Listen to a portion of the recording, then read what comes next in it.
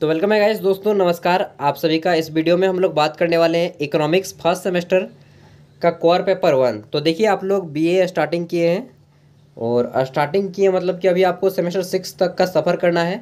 और इस चैनल को सब्सक्राइब कर लें, क्योंकि इस चैनल में आपको जितने भी इस सेमेस्टर के क्वेश्चन पेपर है, चाहे आपका जेनरिक इलेक्टिव का है, जीई का या फिर आईसीसी का हो या फिर सेक का हो, सारे का सारे पेपर आपको कंप्लीट बताए जाएंगे।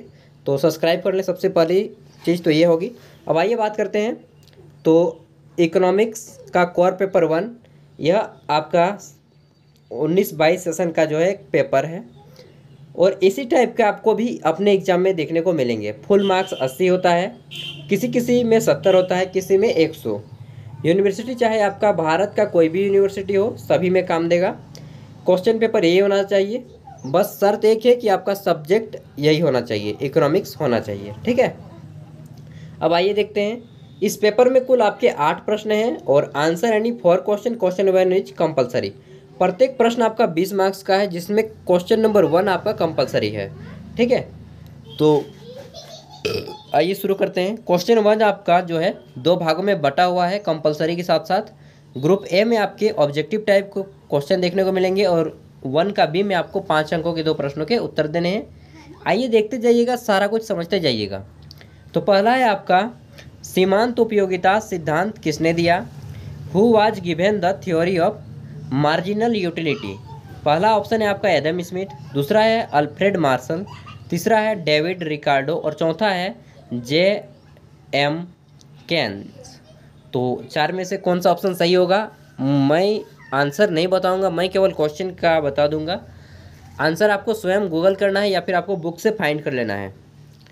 क्वेश्चन नंबर बी है, यदि मांग की मूल्य लोच 1 से कम है तो उत्पादन की कीमत में कमी के साथ एकाधिकार फर्म का कुल राजस्व कितना होगा या कैसा होगा?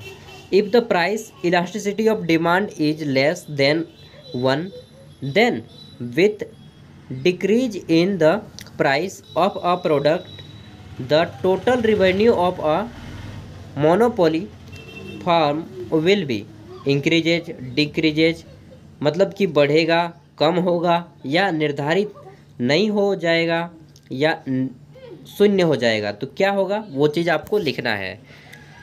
और एक चीज़ बता दूं, जब भी आप एग्ज़ाम देने जाएंगे तो आपको एग्ज़ाम में ऐसा नहीं है कि केवल ब्लू पेन से ही काम चल जाएगा, एक ब्लैक पेन ले जाना होगा, क्योंकि वहाँ पे आपको जो फॉर्म फिल करना होगा पहला ही पेपर एग्जामिनेशन का, उसमें आपको बहुत सारी चीज़ गोले करने होंगे। OMR पेपर फिल करना होगा, जिसमें आपका नाम, रजिस्ट्रेशन नंबर वगैरह वगैरह सारा कुछ रहेगा। आपका पहली बार एग्ज़ाम होगा, इसलिए मैं सारा कुछ बता दे रहा हूँ। और चीटिंग वगैरह का तो कोई भी स्कोप नहीं रहेगा, तो प्लीज़ वो सब मत कीजिएगा, नहीं तो आधे घंटे के लिए आपका पेपर ले लिया जाएगा और आपको आधे घंटे तक बैठा दिया जाएगा। ठीक है, आइए देखते हैं सी नंबर। जब वस्तु X की कीमतों में गिरावट आती है और उपभोक्ता अन्य वस्तुओं के बजाय इसे खरीदना चाहता है, तब इसे क्या कहा जाता है? आय का प्रभाव यानी कि इनकम इफेक्ट, दूसरा है कीमत प्रभाव, प्राइस ऑफ इफेक्ट, तीसरा है प्रतिस्थापन प्रभाव, और चौथा है कीमत परिवर्तन के कारण आय प्रभाव। डी नंबर है आपका, उपभोक्ता अधिशेष किसे संदर्भित करता है? Consumer surplus refers to the. पहला ऑप्शन ने देख लीजिए, ऑप्शन एकदम बड़े बड़े टाइप के हैं यार। उपभोक्ता जिसका भुगतान करने को तैयार है और वह वास्तव में कितना भुगतान करता है, इसके बीच अंतर है, इसके बीच का अंतर। दूसरा है आपका राशि जिसका भुगतान उपभोक्ता वास्तव में करता है, और चौथा ऑप्शन है आपका वस्तु की कीमत और वस्तु की मांग के बीच का अंतर, कुल उपयोगिता और सीमांत उपयोगिता के बीच का अंतर। क्वेश्चन नंबर ए है, मांग वक्र के नीचे की ओर प्रणवता का कारण क्या है? मांग वक्र के नीचे की ओर प्रणवता का कारण क्या है?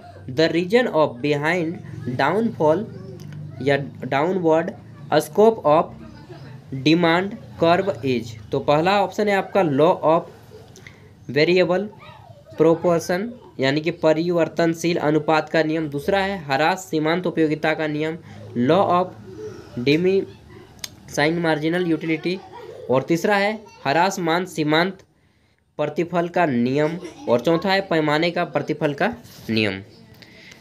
अब आता है 1 का बी। 1 का बी में आपको जो है 5 अंकों वाले 2 प्रश्नों के आंसर देने हैं, लिखना होगा इसमें। और बेसिकली 5 अंकों के प्रश्नों का उत्तर आपको लगभग 1 पेज का एक साइड में आंसर दीजिएगा, मतलब एक खड़ा पन्ना में 2 पेज होते हैं तो उसका एक ही साइड में आंसर दीजिएगा। वर्ड्स की अगर संख्या बताएं तो आपको मिनिमम 100 वर्ड और मैक्सिमम 150 वर्ड्स में देने हैं इसके आंसर। तो आपका यहाँ पे 1 का बी है और 1 का बी में 5 अंकों के 2 प्रश्नों के उत्तर देने हैं। इसमें जो है आपके पहला है आपका उत्पादन संभावना सीमा, यानी कि प्रोडक्शन पॉसिबिलिटी ऑफ फ्रंटियर। दूसरा है आपका एंजल वक्र, यानी कि एंजल्स कर्व। तीसरा है आपका सम उत्पाद की अवधारणा, कॉन्सेप्ट ऑफ आइसो इक्वेंट। और चौथा है आपका ए आर और एम आर के बीच में क्या संबंध है, relation between A R and M R. अब आते हैं आपके क्वेश्चन नंबर 2, 3, 4 से लेकर पूरे 8 तक, और इसमें आपको 20 अंकों वाले 3 प्रश्नों के आंसर देने हैं।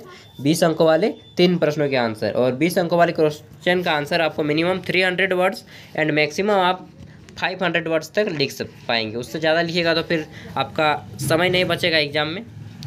तो पहला है आपका अर्थशास्त्र की परिभाषा दीजिए और इसके क्षेत्र की व्याख्या करें। Define economics and discuss it's scope. तीसरा है आपका सीमांत उपयोगिता विश्लेषण तथा तटस्थता वक्र विश्लेषण में क्या समानताएं हैं बताना है। क्या तटस्थता वक्र विश्लेषण नए बोतल में पुरानी शराब है। What are the similarities between utility analysis and difference curve analysis. Is differences curve analysis the old wine in a new bottle. तो क्या है जी शराब नया पुराना, देख लीजिए आप लोग। चौथा है आपका उदासीनता वक्र के मूल्य प्रभाव, आय प्रभाव और प्रतिस्थापन प्रभाव की विवेचना करें। क्या मूल्य प्रभाव, आय प्रभाव एवं प्रतिस्थापन का प्रभाव समन्वय है। Examine the price effect, income effect and the substitution effect of indifferences curve is price effect the combination of substitution effect and income effect।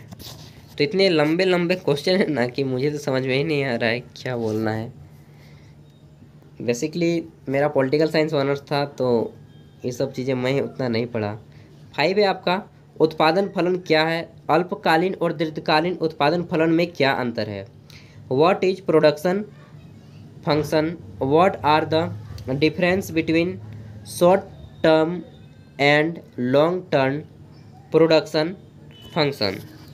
छठा प्रश्न है आपका पैमाने के प्रतिफल के विभिन्न प्रवृत्तियों की व्याख्या करें।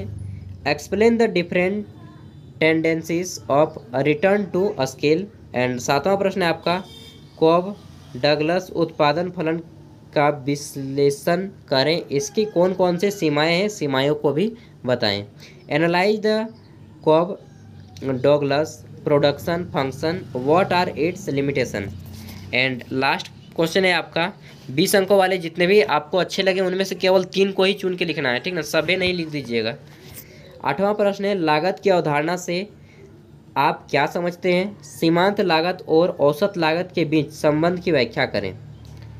What do you understand by the concept of cost.